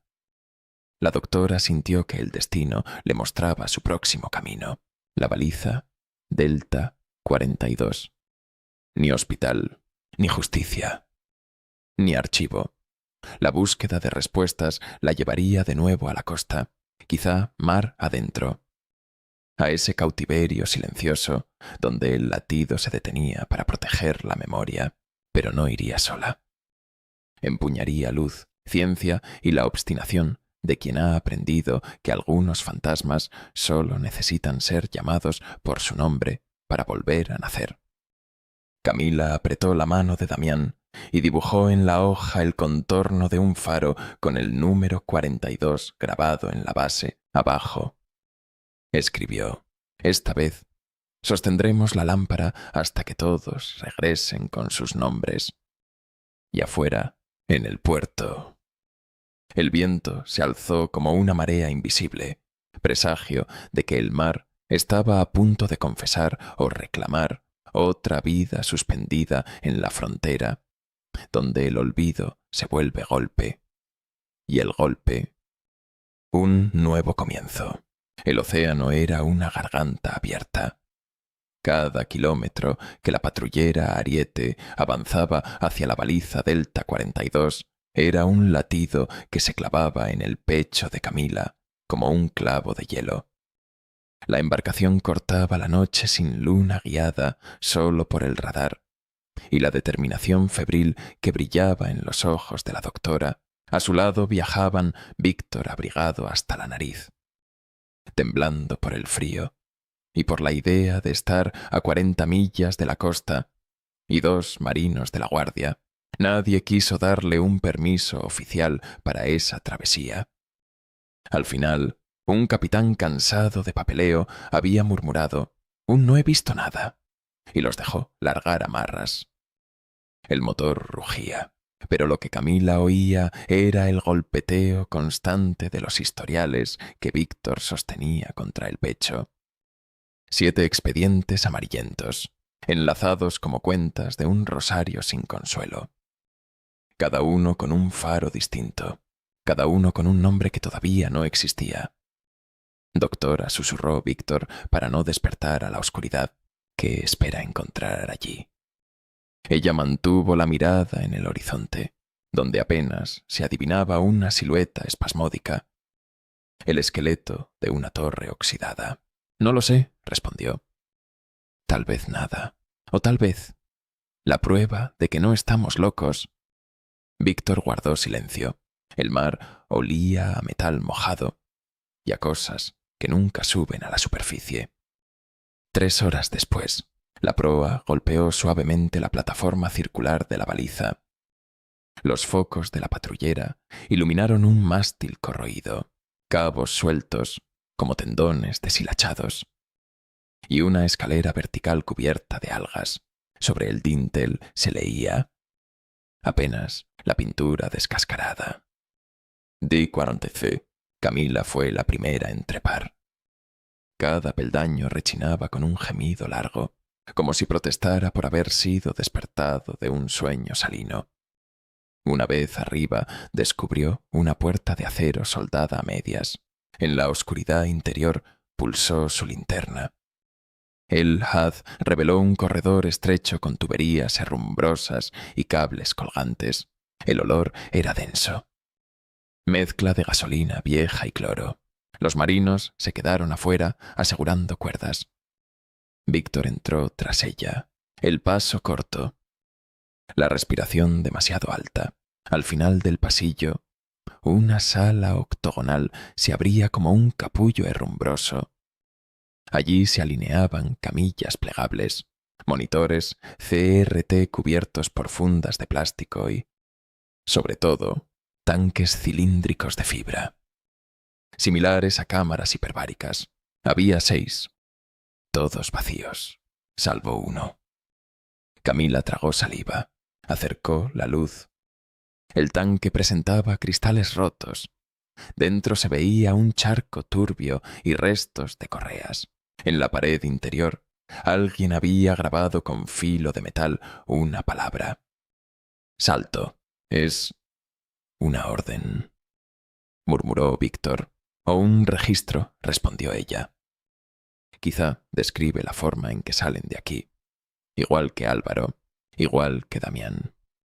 Se oyó un zumbido leve.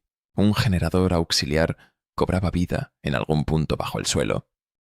Las luces enfermas del techo palpitaron. De los altavoces colgados como murciélagos salió un siseo. Luego, un latido. Tam-tam, tam-tam. Camila cerró los ojos. Era idéntico al archivo de audio. Una voz procesada, distorsionada por la estática. Emergió. Protocolo Delta. Contención fallida. Siguiente latido. 40 segundos. Preparar superficie. Las palabras se repitieron en un bucle ronco. Víctor miró a su alrededor como si las paredes pudieran cerrarse. ¿Qué demonios es esto? Una estación médica clandestina. Camila pisó algo blando. Se agachó. Una carpeta empapada. Al abrirla, las páginas se deshicieron, pero alcanzó a leer un encabezado. Fundación de Neurofisiología Marina. Laboratorio de persistencia de identidad en aislamiento sensorial. El resto era tinta borrada por el salitre. No necesitaba más para saber que alguien había experimentado con seres humanos, suspendiéndolos entre la vida y la nada. Quizá para estudiar cómo la mente preserva el yo cuando se vacía la memoria. Los faros, las balizas, eran jaulas de luz. El intercom anunció. Siguiente latido. 10 segundos. Un pitido agudo se alzó y... Al final, un chasquido seco resonó en la estructura. Algo se soltó en la planta inferior. Víctor corrió hacia la escalera central. Camila lo siguió. En la sala del nivel inferior, un hueco circular se abría directamente al mar. una compuerta subacuática sellada con rejas. Y sobre la plataforma colgante, inerte, un cuerpo masculino empapado, desnudo, con una venda improvisada en la nuca, idéntica a las demás. «Está vivo», graznó Víctor. «Ayúdame». Entre los dos, izaron el cuerpo hasta la plataforma. Camila palpó el pulso. Era débil, pero presente. «¿Cómo salió?», balbuceó Víctor. «Fue expulsado», dijo ella. «Cada vez que el latido del sistema se reinicia, libera un contenedor. Eso es salto». El hombre abrió los ojos. Iris cristalino bajo la linterna. Movió los labios sin voz. Camila acercó su oído y alcanzó a descifrar un hilo apenas audible. Nueva Orleans. Era imposible. Estaban en la costa española. Pero el mapa mental de Camila encendió una alarma. ¿Y si existían balizas gemelas en otros océanos, conectadas por un idéntico experimento? ¿Cuántos faros apagados alimentaban ese ciclo? Víctor presionaba el vendaje de la nuca, intentando cortar un sangrado tenue. «Doctora, esto no es un rescate. Es un desmantelamiento. Si dejamos esta instalación encendida, seguirá repitiendo el ciclo». Camila asintió. Observó el cuadro eléctrico central, interruptores antiguos, palancas manuales.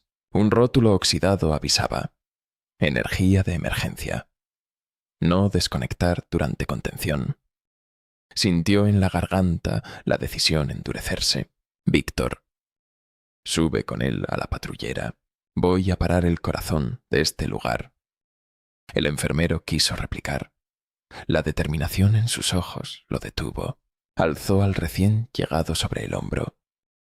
Echó a correr hacia la escalera. Camila respiró hondo. Recordó la llama devorando el cuaderno, el destello del faro muriendo. Era el mismo ritual, quemar la memoria enferma para devolver el pulso al mundo. Bajó la palanca principal. El zumbido cesó. Las luces se apagaron. Solo quedó el estruendo del mar golpeando la compuerta. Alguien o algo pareció exhalar desde las paredes un suspiro final. Corrió escaleras arriba a oscuras, guiada por la linterna aferrada entre dientes. Alcanzó la cubierta justo cuando Víctor y los marinos aseguraban al nuevo náufrago en la camilla. ¿Listos?, gritó. Una ola sacudió la patrullera, salpicándolos de agua fría, rumbo a puerto. Ordenó el capitán. «Este lugar se hunde». En efecto, las estructuras metálicas gemían. Sin el generador, las bombas de achique se detuvieron. La baliza comenzaba a ceder ante las olas. Camila miró hacia la torre por última vez. Durante un segundo creyó ver siluetas al otro lado de los ventanales rotos, sombras observándola con calma. Como prisioneros resignados a hundirse con su jaula, el viento aulló y la espuma cubrió la visión. La Ariete viró, atrás. Delta 42 crujía, inclinándose como un coloso rendido. Camila cerró los ojos, imaginando los tanques vacíos llenarse de agua salada, las luces apagarse sin retorno y, sobre todo, los latidos desapareciendo por fin. Pero dentro de pechos humanos, no en máquinas. Cuando abrió los ojos, vio a Víctor comprimir el pecho del nuevo rescatado para mantenerlo consciente. Observó la hendidura en su sien y le habló con la voz firme de quien ya no permite a la oscuridad dictar el final. «No estás solo. Vamos a sostener tu nombre hasta que puedas decirlo». El hombre jadeó. Los párpados temblaron y en sus labios emergió un sonido borroso. Mitad palabra, mitad exhalación salada. Far se detuvo. Camila sintió un vértigo casi dulce. La guerra contra el olvido había ganado una batalla. pero el mapa de balizas se extendía como una constelación enferma sobre todos los mares. Y allí, en la cubierta, sacudida por la tormenta naciente, la doctora juró que, por cada luz apagada, ella encendería otra memoria. Hasta que el océano ya no tuviera cuerpos que devolver, ni golpes que repetir, ni nombres que reclamar al amparo de faros moribundos, la patrullera Ariete atracó en el puerto todavía envuelta en la penumbra antes del alba. El aliento del mar, mezclado con diésel y lluvia, flotaba sobre el muelle como una manta pesada, mientras los marinos aseguraban cabos. Camila y Víctor descendieron la camilla con el nuevo rescatado, el hombre que solo había logrado susurrar F-15 antes de perder la consciencia. Le temblaban los labios azulados, y cada espasmo parecía arrancarle trozos de un sueño que insistía en retenerlo. La ambulancia los llevó a San Aurelio, atravesando calles vacías. Las luces naranjas de la ciudad pintaban en el techo del vehículo formas que recordaban el latido intermitente de Delta 42. Camila se sorprendió tarareando, casi sin darse cuenta, aquel pulso rítmico. Tam, tam, tam, tam, como si temiera que desapareciese si dejaba de invocarlo. En la UCI conectaron al paciente a un respirador, monitor, vías, placa de tórax. Todo tan milimétrico que casi parecía un ritual antiguo. Las máquinas como talismanes, los tubos como sortilegios. Sin embargo, esta vez Camila no se permitió contemplar la extrañeza. Se sumergió en la rutina con ferocidad. Sabía que luchar contra la oscuridad técnica de la baliza requería dominar primero la precisión del bisturí, la ecuación del suero, la exactitud del oxígeno. Porque el mar devora la mística, si antes no la devora el olvido. A las 9, el equipo forense llegó para documentar la fractura. Uno de ellos, una joven patóloga de gesto incrédulo, comentó: «Doctora, su ficha de huellas acaba de devolver coincidencia múltiple nula. Es como si los dedos de este hombre existieran, pero no en nuestro registro». Camila no se sorprendió, lo esperaba. Pero un escalofrío le recorrió los brazos al ver la pantalla, aquellas líneas únicas, irrepetibles, rechazadas por la base de datos como si pertenecieran a un ser inventado. «Necesito la proyección 3D de su fractura craneal», pidió. «Comparadla con estos 7 historiales».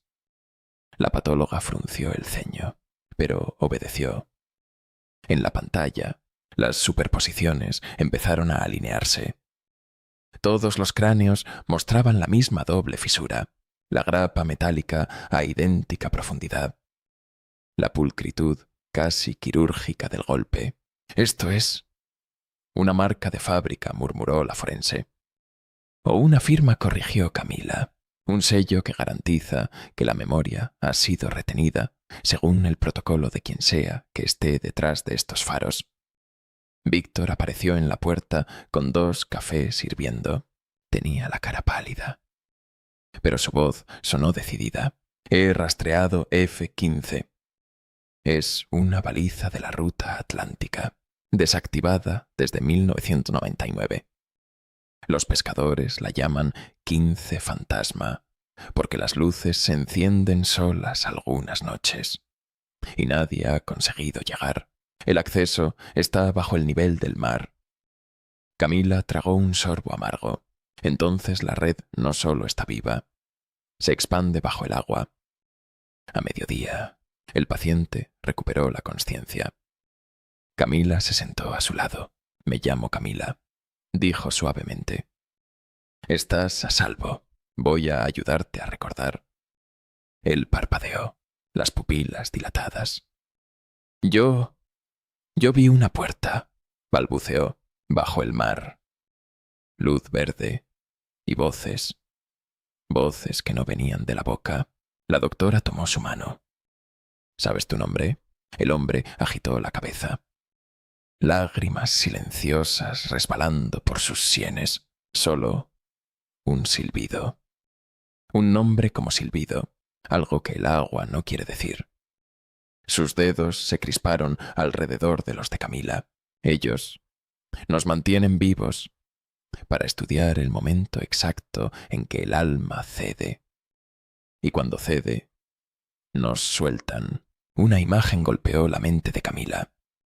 Tanques alineados como úteros de acero, luces barométricas pulsando.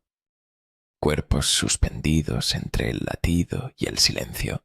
Y afuera, faros apagados, esperando la siguiente tormenta para entregar regalos rotos a la costa.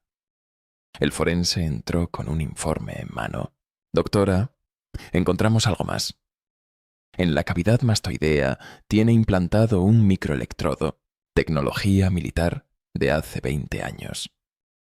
Diseñado para registrar actividad auditiva profunda, Camila apretó los labios. ¿Grabadora de recuerdos o receptor de órdenes? Preguntó. Ambas cosas. Quizás, respondió la patóloga, pero lleva tanto tiempo que el cuerpo ya lo ha encapsulado. Extraerlo podría matarlo. El hombre tembló. Camila apoyó la mano en su hombro. No voy a dejar que nadie más te convierta en experimento, prometió. Esa noche los pasillos del hospital parecieron acortar distancias. El eco de las máquinas, el sollozo lejano de un bebé, el rumor del aire acondicionado, todo convergía en una nota única, un canto triste de electrones y carne que Camila conocía demasiado bien. Se detuvo frente a la ventana del despacho. Más allá, el puerto titilaba como un tablero de ajedrez de luces rojas y blancas. Las sombras de las grúas parecían faros torcidos vigilando contenedores. Entonces lo vio. En la punta del espigón, donde normalmente nada se movía a esa hora, una chispa blanca se encendió, giró y desapareció. Exactamente como el destello de un faro, pero no había faro allí. Abrió la ventana. El viento le trajo un susurro salado. No era brisa. Era un pulso, un latido distante replicando en el espacio abierto. Tam, tam. Comprendió que la guerra apenas comenzaba. Cada vez que una lámpara se apagaba, otra baliza perdida se encendía para tomar el relevo. Como si el mismo mar se empeñara en no dejar morir el experimento. Camila regresó junto a Víctor y depositó ante él un mapa náutico extendido. Marcaremos cada faro inactivo, cada baliza hundida, cada luz fantasma, dijo. Iremos una por una, apagando esas máquinas y encendiendo las historias que robaron. Víctor la miró con mezcla de miedo y admiración. ¿Hasta cuándo? Camila sonrió. Cansada, pero firme, hasta que el océano nos devuelva el último nombre. El nuevo paciente dormía profundamente, aferrado a ese sueño sin cuerpos. Detrás de sus párpados, quizá un silbido aguardaba para pronunciar su identidad. Camila bajó la intensidad de la luz. Cerró la puerta y mientras el monitor marcaba un latido estable, supo que aquella noche la calma tampoco duraría, porque en algún punto del horizonte otra lámpara olvidada giraba ya sobre su eje, dispuesta a liberar al siguiente náufrago del tiempo, y ella debía estar lista para sostenerlo cuando emergiera, palpitante. De las fauces negras del mar, el reloj marcaba las 03. Gibenaistea. Nee. Cuando el pager de Camila vibró por tercera vez esa semana, no era un código de emergencia médica. Era el aviso silencioso que ella misma había configurado para recibir señales de una aplicación clandestina que Víctor había programado. Un algoritmo que rastreaba saltos repentinos en el tráfico eléctrico costero y cortes breves de telecomunicaciones marítimas. En el mapa digital, un punto rojo parpadeaba frente a la desembocadura del Río Grande, 70 kilómetros al sur. Nombre en clave: F. Finte. La doctora cerró los ojos. El eco de la promesa que había hecho la noche anterior golpeó con fuerza. Hasta que el océano nos devuelva el último nombre, sin tiempo para trámites.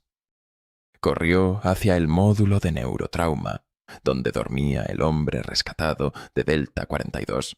Lo encontró sentado, despierto, sosteniendo la sábana como quien sujeta una vela medio derretida. Sus pupilas parecían espejos oscuros. Lo escucho, susurró antes de que ella hablara.